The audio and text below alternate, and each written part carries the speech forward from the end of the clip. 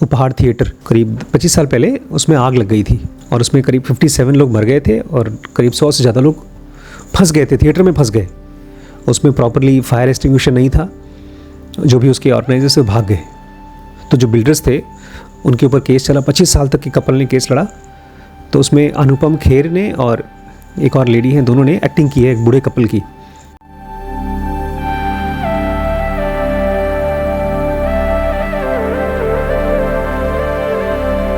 नमस्कार दोस्तों, स्वागत है आपका जिन योगा चैलेंज 2023 में 23 सन 2023।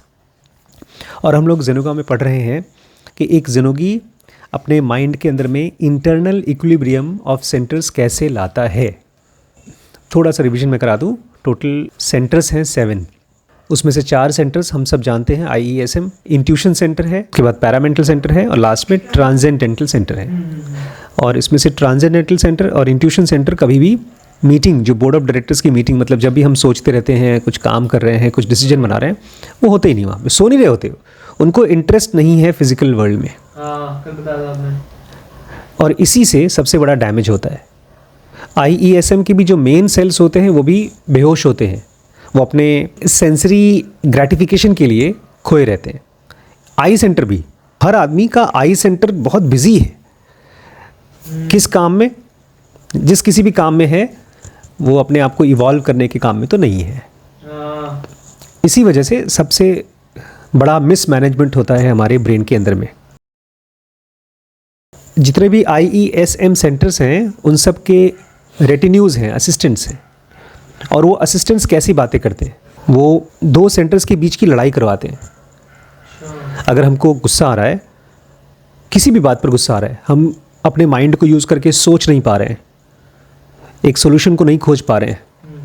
देखिए सोल्यूशन, इसमें 2 चीज़ जानना अच्छे से ज़रूरी है, इसको सब पहचानिएगा। एक होता है सोल्यूशन जो है, अगर आप उस सोल्यूशन पे चलेंगे तो आपको सब कुछ आसानी से पॉसिबल हो जाएगा। जैसे रोड, गाड़ी रोड पर चलती है तो आराम से चलेगी। अगर आप रोड के नीचे खड़ंजे पर, खेत पर चलाएंगे तो गाड़ी को चलने में मुश्किल होगी। वो तो सोल्यूशन है। और दूसरा है हमारा माइंड, जो उस सोल्यूशन को देख पाए, खोज पाए। एक तो रोड है और एक हमारा माइंड जो उस रोड को पहचान पाए कि कैसे मैं इस रोड पर पहुंचूं।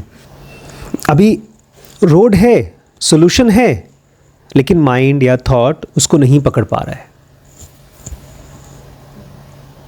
इसलिए प्रॉब्लम्स सॉल्व होने के बजाय बढ़ती हुई दिखाई देती हैं। ऐसा मेरे साथ भी था। जिनोगा में पढ़ा था, रोड या वे या पाथ कभी भी लॉस्ट नहीं होता, हम लॉस्ट हो जाते हैं। हम लॉस्ट होते मतलब हमारा माइंड, हमारा थॉट्स कुछ ऐसी बातें सोचता है, वो सोल्यूशन नहीं है, वो पीस नहीं है, वो क्लैरिटी नहीं है।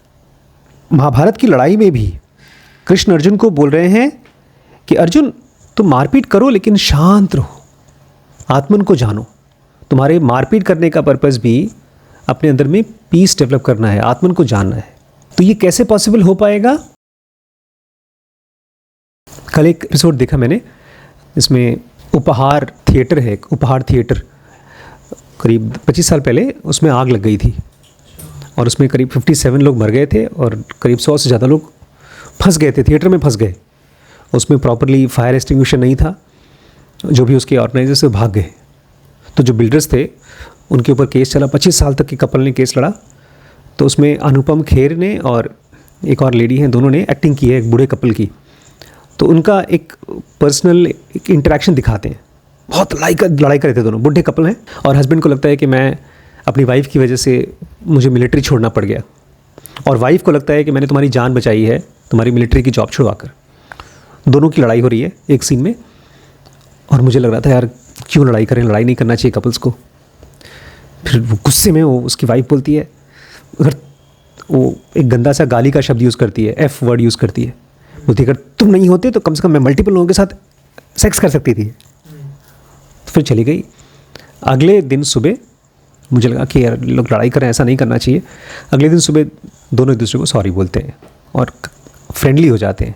तो मुझे अच्छा लगा, थैंक गॉड ये लोग हम लोग की तरह ही हैं, बड़ी मम्मी की तरह, मेरी तरह, कि फटाफट दोस्ती हो गई उनकी। वो सीन देखिएगा, बहुत रेयर होता है। फाइट तो हर कोई दिखाता है, बट फाइट के बाद जो लव वाला सीन होता है, बहुत कम लोग दिखाते हैं। तो वो आपको करना है अपने माइंड के अंदर में। हमारे आई सेंटर मतलब हमारा वो सेंटर जो सोचता है, जो समझता है, उसको होना है फ्रेंडली। किसके साथ? इमोशन और सेक्सुअलिटी के साथ। आई को, हाँ, क्योंकि आई सेंटर इतना समझदार है ना, जब वो कोई सही चीज़ को देखता है तो खट से बोलता है इमोशन को करना है ये। जैसे अभी बड़ी मम्मी आपको बोल रही है या मैं बोल रहा हूँ या पापा बोल रहे हैं तुम्हें करना है, तो हम लोग हो गए आई सेंटर और तू है ई या तो एस सेंटर। तो अगर हम लोग फ्रेंडली नहीं हैं, मतलब आई सेंटर ई सेंटर से फ्रेंडली नहीं है, तो लड़ाई होगी। अगर हम आपको डांटते हैं, आई सेंटर बोलता है तुम्हें, मुझे फ़र्क नहीं पड़ता तुम इमोशनली कैसा फील करो, तुम्हें करना है तो करना है, तो फ्रिक्शन होगा, तो लड़ाई होगी। तो ये चीज़ अवॉइड करना है। माइंड के अंदर कैसे अवॉइड करेंगे? आई सेंटर को बोलना चाहिए ई सेंटर से कि मैं अकेला ये काम नहीं कर पाऊँगा, मुझे तुम्हारी हेल्प चाहिए, मुझे इमोशंस की हेल्प चाहिए। कभी ऐसा बोल के देखा है? अपने आप से बोल के देखा है? मुझे अपने ही बॉडी, अपने ही माइंड के इमोशंस की हेल्प चाहिए। हमने कभी इमोशंस को तो एक्नॉलेज भी नहीं किया कि हमको उसकी ज़रूरत है। हमको लगता है हाँ ठीक है। जैसे घर में छोटे बच्चे हैं, बच्चों को कभी कोई कैलकुलेट करता है? बच्चे बोलते हैं ना, तो बड़ों को लगता है वो बेवकूफ़ है, बट जब बच्चे ची ची करके चिल्लाते हैं और रोते हैं, तब बड़ों को लगता है भैया तुम चुप हो जाओ। तो अपने अंदर के इमोशन को पहचानिए, उसको चीखने से पहले पहचानिए। और जब चीख रहा है हमारा इमोशन, तो आई सेंटर को बहुत सावधान होना चाहिए। कुछ भी करे, लेकिन एक चीज़ अवॉइड करना चाहिए। बताइए क्या? आई सेंटर को आई सेंटर को एक चीज़ अवॉइड करना चाहिए।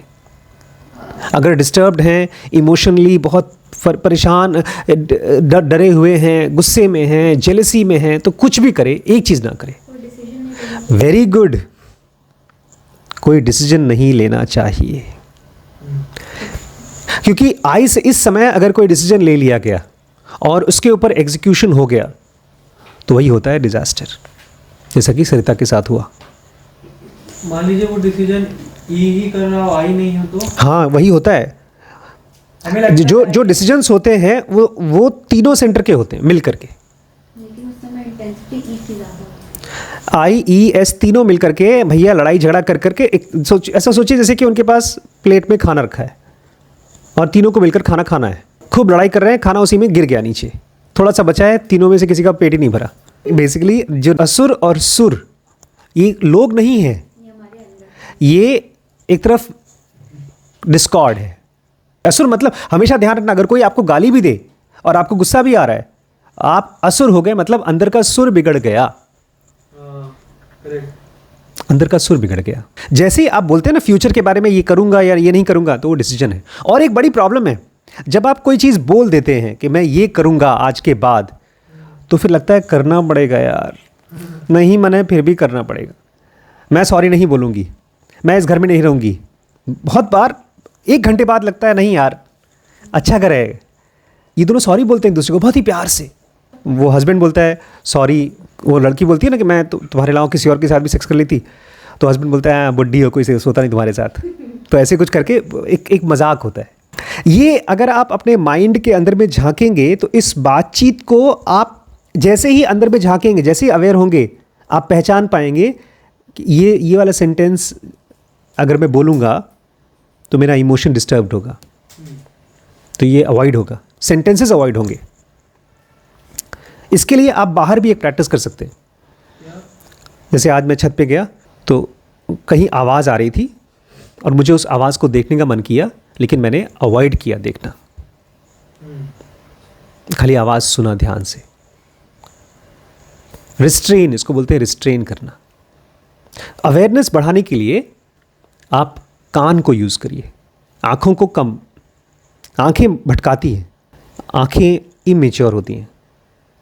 कहते हैं ईश्वर को जानने के लिए लिसनिंग इज़ मोर पावरफुल। ऐसे बहुत से लोग हैं जो अपनी वाइफ को अपनी प्रॉब्लम समझा नहीं पाते, क्योंकि या तो वाइफ या तो हस्बैंड, दोनों में से एक अपने आप को सुपीरियर मानता है और दूसरा वाला इसी प्रोसेस में अपने आप को इन्फीरियर मानने लगता है। तो कम्युनिकेशन नहीं होता।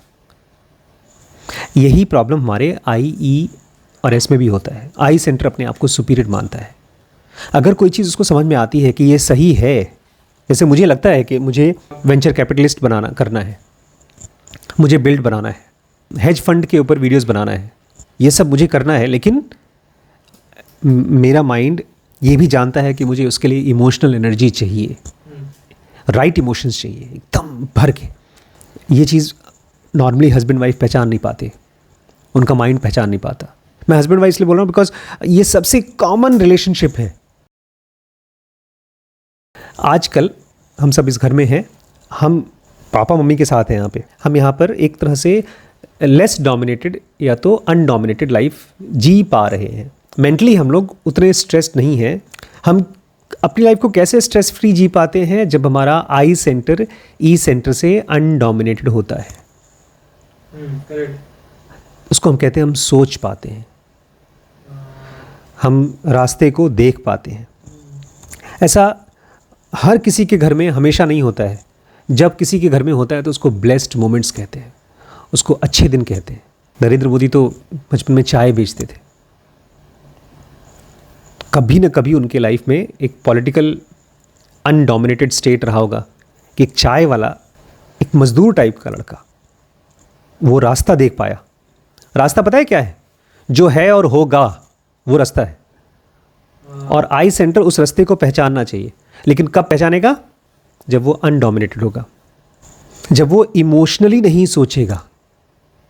देखिए, अंदर के, अगर किसी इंसान के लिए अंदर का इक्विलिब्रियम इंपॉर्टेंट है तो वो कुछ भी कर सकता है, बिकॉज वो सरवाइव करेगा, कल सरवाइव करेगा कुछ करने के लिए। हमने पढ़ी थी कहानी, कृष्ण जाते हैं दुर्योधन के पास समझाने के लिए कि लड़ाई वड़ाई मत करो। दुर्योधन पहचान नहीं पाया कि कृष्ण साक्षात डिवाइन फ्रैगमेंट है, भगवान है, और उनको कैद करने की कोशिश की। अच्छा, जब वो उन्होंने कहा था दुर्योधन बांध, हाँ दुर्योधन बांध मुझे, तो ये पहचान क्यों नहीं पाया? बिकॉज वो ईगो के बाउंडेशन में था, फंसा हुआ था। उसको लगा था मैं हरा दूंगा इनको। ये हमको अपने अंदर का कैसे पहचानेगा? हमको अपने अंदर में equilibrium, peace, balance has to be the most. Krishna कौन है? कृष्ण वो आदमी है जो बोलता है कि कुछ भी हो दुनिया में, मेरे लिए अंदर का पीस सबसे इंपॉर्टेंट है। दुर्योधन वो आदमी है जो बोलता है मुझे पीस फीस नहीं चाहिए, मुझे दुनिया में चीज़ चाहिए, मुझे प्रॉपर्टी चाहिए, मुझे पावर चाहिए। पीस गया भाड़ में। और कृष्ण लड़ाई के मैदान में भी कहते हैं ना अर्जुन, पहले पीस, बाकी चीज़ें बाद में। पहले पीस रहेगा, उसके पास चीज़ मिलेगा। शीश की तरह चला करो, शीश एकदम भोलेपन से, नहीं बड़े पापा आप दिला देंगे तो ठीक है, नहीं दिलाएंगे तो कोई बात नहीं। अगर आप भी ये चीज़ ट्राई करें ना, लेकिन कोई भी चीज़ बोलने के लिए भी अंदर में वो स्टेट होनी चाहिए। आप झूठ नहीं बोल सकते। श्रीश के अंदर में वो स्टेट आती होगी तभी वो बोलता होगा, बड़े पापा मैंने पूछा इस दिन उसको कुछ चाहिए तुम्हें, बोलता ये चीज़ चाहिए था, लेकिन आपकी मर्जी हो तो दिलवाएगा, नहीं तो कोई बात नहीं। देखिए, इस बार भी मैं आया तो श्रीश के लिए 2-3-4 सामान लाया। आपके लिए खाली एक शीशा मिला, वैभव के लिए बेचारे कुछ मिला ही नहीं है इसके लिए। बट इस चीज़ को पहचानिए कि it's not Shrish, it's not Gauri, Vaibhav, Shraddha. It is the internal state where you have started liking the taste of undisturbedness, calmness. इसको मैं बोलता हूँ हाथी की तरह चलना आपको अच्छा लगता है, दौड़ नहीं रहे आप। और मैंने एक चीज़ और लिखी थी, वो बताना था आप लोगों को। Mind is always in what next, what next, what next. अब आगे क्या, अब आगे क्या? अब जब मैं वॉक करने गया था आज, तो मन में यही आ रहा था कि अभी क्या कर रही होगी, क्या सोच रही होगी, कितनी डिस्टर्ब्ड होगी। लेकिन मैंने था कि माइंड के साथ अपने माइंड को जोड़ा तो मुझे समझ में आया क्या कर रही है। सोच रही है अब क्या, अब आगे क्या, अब आगे क्या, कैसे करेंगे, क्या होगा, फ्यूचर। जो डिस्टर्ब स्टेट है वो फ्यूचर खोजता है, जो काम स्टेट है वो वॉक करता है। फिर मैंने अपने आप को कहा नहीं, मैं तो वॉक करने आया हूँ, लेट मी वॉक। तब तक वहीं पर एक बूढ़ा कपल था, उसने एक छोटा सा बच्चा घुमा रहा था। मतलब वो तो बहुत ज़्यादा डिस्टर्ब था, छोटा सा बच्चा था उसका, शायद 1.5 साल का होगा। उसको चुप करा रहा था उसके दादाजी, वो चुप नहीं हो रहा था। गैस करो क्या किया होगा? मार दिया, उसको नीचे फेंक दिया। भाग यहाँ से। पटक दिया। जोर से नहीं पटका, उसको फेंक दिया ऐसे नीचे। तो उसकी दादी ने उठा करके उसको चुप कराया, बाबा गंदे हैं। बेचारा थक गया होगा बेचारा। हम जब डिस्टर्ब्ड होते हैं तो disturbance takes the force. Internal equilibrium अपने आप नहीं आती है। बुद्ध को प्यास लगी थी तो उन्होंने कहा मैं पानी ले आता हूँ। उन्होंने कहा ठीक है ले आओ। तो जब वो आदमी गया झील में से पानी लेने के लिए, जब पानी निकाल रहा था तो झील गंदी हो जा रही थी। फिर वो कुछ नहीं कर पा रहा था। किया उसने, फिर झील का मिट्टी नीचे बैठ गया, फिर उसने पानी निकाला। फिर बुद्ध ने कहा यही, उसको देख करके कहा यही हमको मन के साथ भी करना होगा। We have to wait consciously.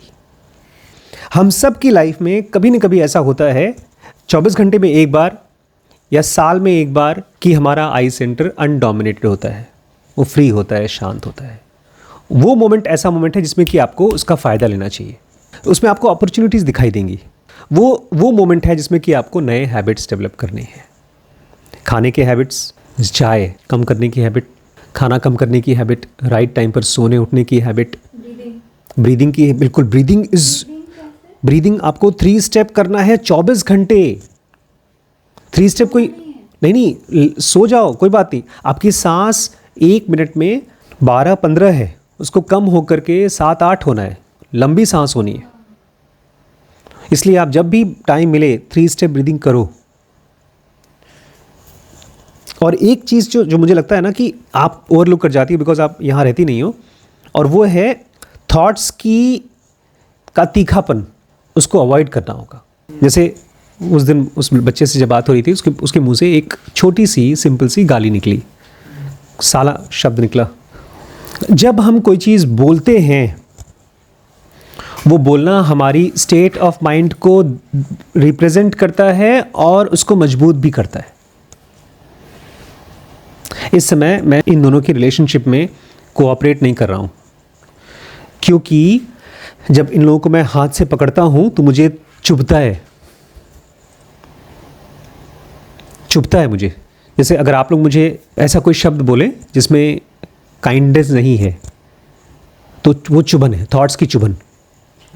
जिसमें काइंडनेस नहीं है। आपके मुंह से जो गुस्से भरे शब्द निकले, नहीं, फिर से बोलिए एक बार, इससे और काइंड होकर के बोलिए। मुश्किल गाली नहीं दी मैंने। और काइंड ऑफ रूल मैं बोलूं, मेरे को मिल गया। आप लोग असल में उसी ट्रैक पे सोच रहे हो, नया ट्रैक सोचना पड़ेगा। सॉरी, मैंने गाली नहीं दी। साइलेंस। अच्छा बोल दीजिए। मुझसे गलती हो गई यार, लेकिन ये मेरे स्टेट ऑफ माइंड से आ रहा है। हाँ, ये तो है। You can't just change your, if gear बदलना नहीं आता तो गियर नहीं बदल सकते आप। गियर के लिए पहले क्लच दबाना पड़ेगा, उसके बाद गियर बदलना। मैं ब्रेक दबा के कर रहा था, गियर चेंज हुआ नहीं। ये जो थॉट्स है ना, थॉट्स बहुत पावरफुल है। वो जीपीएस है हमारे लाइफ का। वही हमें कहीं ना कहीं वही लेके जाएगा। शिखंडी को जानते हैं? कौन थी? पिछले जन्म में भीष्म पितामह गए थे एक राज्य में, स्वयंवर हो रहा था। तो वहाँ पर 3 बहनों का स्वयंवर हो रहा था। वहाँ पर वो गए, उस स्वयंवर में जीत गए और उन्होंने बोला शादी नहीं करूँगा। और नहीं, वो पहले ही बोल दिए थे मैं शादी नहीं करूँगा। लेकिन उनकी जो स्टेप मदर थी, उन्होंने, ये तो गंगा माँ के बेटे थे, उनकी जो स्टेप मदर थी उन्होंने बोला कि तुम एक काम करो, अपने छोटे भाई के लिए ये तीनों लेडीज को जीत के लाओ, जीत के ले आओ स्वयंवर में। अब ये जो लड़की थी, इसका कहीं किसी के साथ अफेयर था। वो बोले कि इसने प्लान बनाया था कि वो जीत जाएगा और इसकी शादी उससे हो जाएगी और ये मार देता है उसे। तो फिर उसके बाद वहाँ पे जब जाते हैं तो ये जीत के ले आता है। अब ये बोलती है कि आपने मुझे जीता है, क्योंकि अब मेरा बॉयफ्रेंड मुझे एक्सेप्ट नहीं कर रहा है। आपने मुझे जीता है तो आप ही शादी करिए। मिस्टर वॉलमार्ट, आप ही शादी करिए। शिखंडी पैदा ही हुई थी भीष्म पितामह को मारने के लिए। Shikhandi was in anger, severe anger. What next state में थी वो? व्हाट नेक्स्ट मतलब इस मोमेंट की जो लाइव स्टेट है, जो डिवाइन स्टेट है, वो नहीं। ठीक है, अगले जन्म में पैदा हुआ, उसने बदला ले लिया, फिर क्या? उसके बाद कुछ और, व्हाट नेक्स्ट? आगे क्या? देखिए, मैं वॉक करने गया और वॉक करते करते मेरे को थॉट आ रहा है, अब क्या करना है यार, अब आगे क्या करना है, घर पे जाऊंगी तो क्या करूंगी, वो नेक्स्ट वाला प्रॉब्लम कैसे सॉल्व होगा। वॉक करने गए। नहीं, आपने उनके बारे में बताया ना, क्या नाम है उनका? हाँ, शिखंडी जब आया, शिखंडी ने अपनी बदला ले लिया। शिखंडी को खड़ा करके भीष्म को जान से मरवा दिया गया। पैदा हुई थी, उसका काम हो गया। हो गया। अब उसके बाद उसकी लाइफ कहाँ गई? हम अपने आप से पूछें कि if I am not peaceful right now in what ever I have, जैसे अभी इसके पास खाना पीना है, कपड़े हैं, और वो पीसफुल नहीं है, तो क्या वो चीज़ जो वो चाह रही है, अगर वो मिल जाएगा तो पीसफुल हो जाएगी? हम कोई और चीज़ को खोजेंगे और उससे डिस्टर्ब होंगे। उसको डिस्टर्ब मतलब उसमें से हम बोलेंगे नेक्स्ट, अब मुझे ये नेक्स्ट चाहिए। जैसे बोलती है कि मुझे CEO बनना है, मुझे जॉब करना है। आज उसकी जॉब की हो सकता है उसके ऊपर क्वेश्चन मार्क है कि रहे ना रहे। बट जो आदमी इस स्टेट में जिसमें है, अगर उसमें पीसफुल नहीं है, जैसे अगर आज मेरे पास पैसे हैं, मेरा अपना सेंटर चल रहा है, अगर उसमें मैं पीसफुल नहीं हूँ तो मैं बड़े सेंटर में और पीसफुल नहीं हूँगा। कल को अगर हमारा एक दिन डे बुक बहुत कम हो गया, लेट्स से 1000 रुपये भी नहीं आए, और उसमें मैं पीसफुल नहीं हूँ, तो फिर मैं पैसे कमा के भी पीसफुल नहीं रह सकता। ये पीस को जीना एक कॉन्शियस एफर्ट का रिजल्ट है। जैसे कोई आदमी पैसा कमा के बचा के रखता है, खाना बनाता है, ऐसे ही पीस को बनाया जाता है। हर मोमेंट पे लाइफ आती है जो आपको डिस्टर्ब करती है और आप उसमें से अपनी पीस निकालते हैं। और जनोगा कहती है बड़ी अजीब चीज़ है, जब बहुत से लोगों का, हज़ारों लाखों लोगों को पीस चाहिए, जब उनको डिस्टर्ब स्टेट में से एक पीसफुल स्टेट में आना होता है, तब लाइफ पैदा करती है सेंट्स को, एडवांस्ड सोल्स को, प्रॉफिट्स को, अवतार्स को। और बहुत रेयरली ऐसा होता है कि महाअवतार जन्म लेते हैं। जैसे कृष्ण जब जन्म हुए तो उनका ही वॉज अ महाअवतार। आज अगर हम लोग यहाँ बैठे हैं और जनयोगा पढ़ रहे हैं तो देयर इज़ एन अवतार विच इज़ हेल्पिंग अस। मुझे हेल्प किया है। किस चीज़ में हेल्प किया? ना, मेरी प्रॉब्लम को सॉल्व करने में नहीं, वो तो बाय प्रोडक्ट की तरह सॉल्व हुआ। पीस को स्टैब्लिश करने में हम लोग बात कर रहे हैं how to bring internal equilibrium of centres. मेरे को ये क्लियर हो गया कि मेरी ज़िंदगी का पर्पस है 24 hours to bring internal equilibrium of my centres. अब आपको लगेगा अरे वाह, हमारे साथ तो बड़े पापा हैं, अवतार, महाअवतार, पता नहीं कौन कौन है हम हमारे साथ, तब तो हमारा काम तो निपट जाएगा, हम लोग तो आराम से पीसफुल हो जाएंगे। नहीं, इतने बड़े बड़े महानायकों के आने के बावजूद भी E और S सेंटर अपनी हैबिट नहीं छोड़ते। आपको खुद कॉन्शियसली एफर्ट करके आई सेंटर को ज़्यादा फ्री करना होगा। जब आई सेंटर फ्री होगा तो कैसे मालूम पड़ेगा? अपने आप ठक करके आप पीसफुल होंगे, आपको वो रास्ता दिखाई देगा जिस रास्ते पे चल सकते हैं। जैसे क्या सेंटेंसेस बोलना है, कैसे सामने वाले का दिल जीतना है, क्या करना है, ये जैसे मैं श्रीश के मुंह में नहीं डाल सकता, आपके मुंह में नहीं डाल सकता, किसी के मुंह में नहीं डाल सकता। हम सब की बड़ी इच्छा होती है कि कोई कर दे हमारे लिए, क्योंकि हमको नहीं दिखता। बट आई सेंटर जब आता है तो आपको रास्ता दिखता है, और धीमे धीमे अपने अंदर की E और S सेंटर के अग्रेशन को, अग्रेशन मतलब जो अटैक करता है, मैं ये करूँगा, ऐसे करूँगा, ऐसे नहीं करूँगा, जो गुस्से वाला है स्टेट है, उसको रोकना पड़ेगा। और तब जाकर के आपके बॉडी में जो एक्टिविटी होती है, M सेंटर जो सारी चीज़ें कराता है, वो ज़्यादा ओबीडियंट होगा। आप उसको बोलेंगे और वो काम करेगा। और फिर धीमे धीमे पता है क्या होगा? आई सेंटर के जो सबॉर्डिनेट्स हैं, जो नौकर हैं, वो भी अपने बॉस की बात मानना शुरू करेंगे।